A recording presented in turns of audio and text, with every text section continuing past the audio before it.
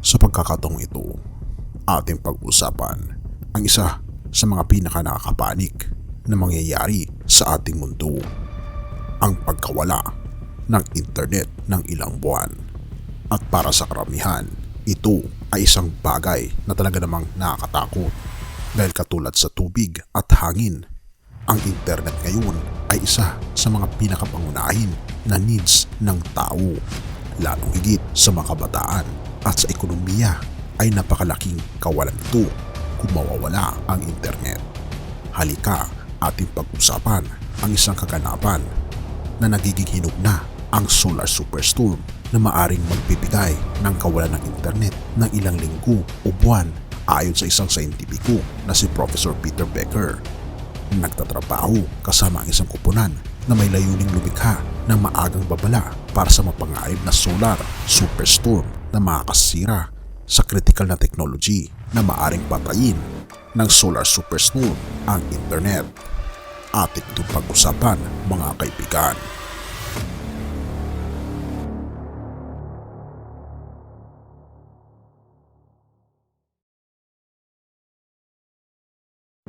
Sa kasalukuyang yugto ng teknolohiya, kung saan ang internet ay naging pangunahing bahagi ng pang-araw-araw na buhay ng tao, isang pangyayari ang maaring magdulot ng malupit at malawakang epekto sa ating koneksyon sa online world, ang tinatawag na solar superstorm. Ang solar superstorm ay isang likas na pangyayari kung saan ang araw sa kabila ng kanyang masiglang pisikal na anyo ay naglalabas ng matinding lakas ng geomagnetic na radiation.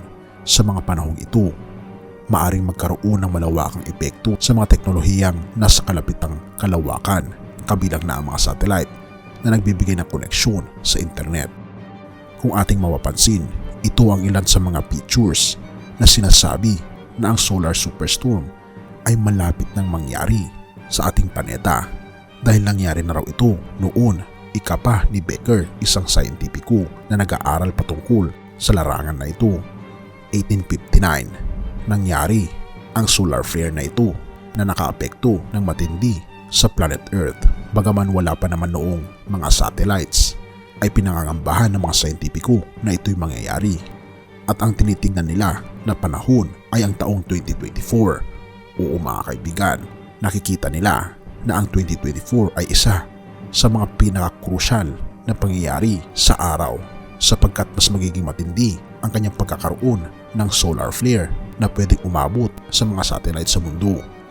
Ayon sa mga scientifico, maaaring magdudulot ang solar superstorm ng malalang pinsala sa mga satellite na nagtataglay ng mahalagang papel sa paghatid ng internet connectivity.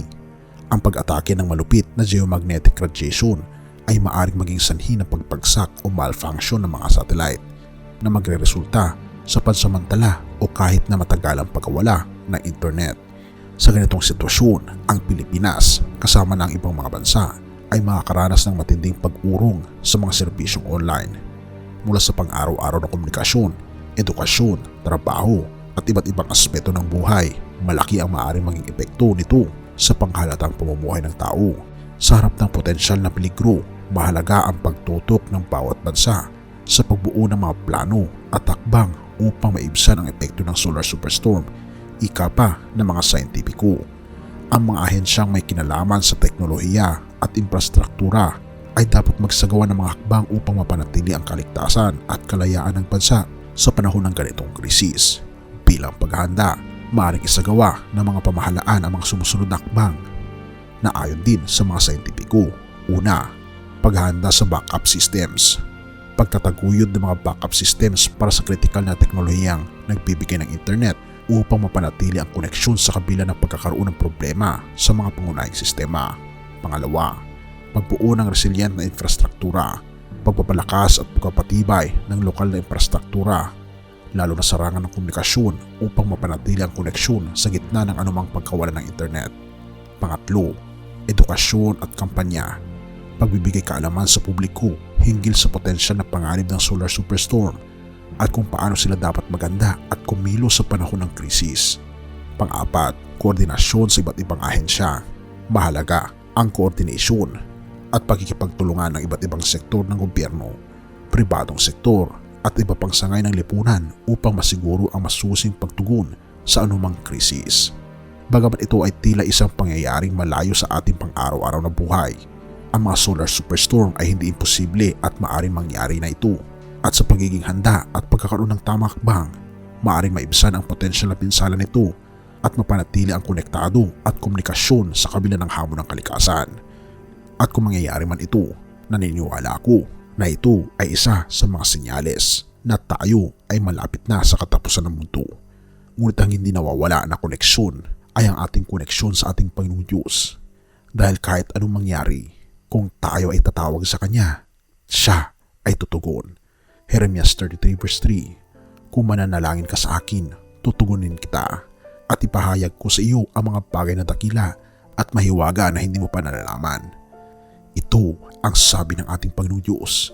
Kung tayo ay mananalangin kaibigan, tutugunin niya ang lahat ng ating pangangailangan at ipahahayag niya sa atin ang mga bagay na dakila at mahiwaga na hindi mo pa nalalaman. Purihin ang ating Panginoong Diyos at salamat kaibigan sa iyong panonood. Tayo manalangin. Ama naming banal, mga Panginoon naming Diyos, kami po'y lubos na nagpapasalamat sa inyo sa pagkakataong ito. Dahil kayo po Panginoon ng Diyos na hindi po nasisira ang koneksyon. Dahil kung kami Panginoon ay hiling sa inyo, ay tutugon po kayo. Salamat Panginoon na kayo po ang aming Diyos. Salamat Panginoon sa inyo pong hindi napuputol na koneksyon sa inyong mga anak. At salamat po Panginoon sa pagiging anak po namin at inaangkin niyo kami bilang anak po ninyo. Patawarin po kami Panginoon sa lahat ng aming pagkukulang at pagkasala at tulungan kami Panginoon na huwag maputol ang aming koneksyon sa inyo. Pagkat ito aming sabat hiling sa matamis na pangalan ng aming Panginoon Jesus. Amen.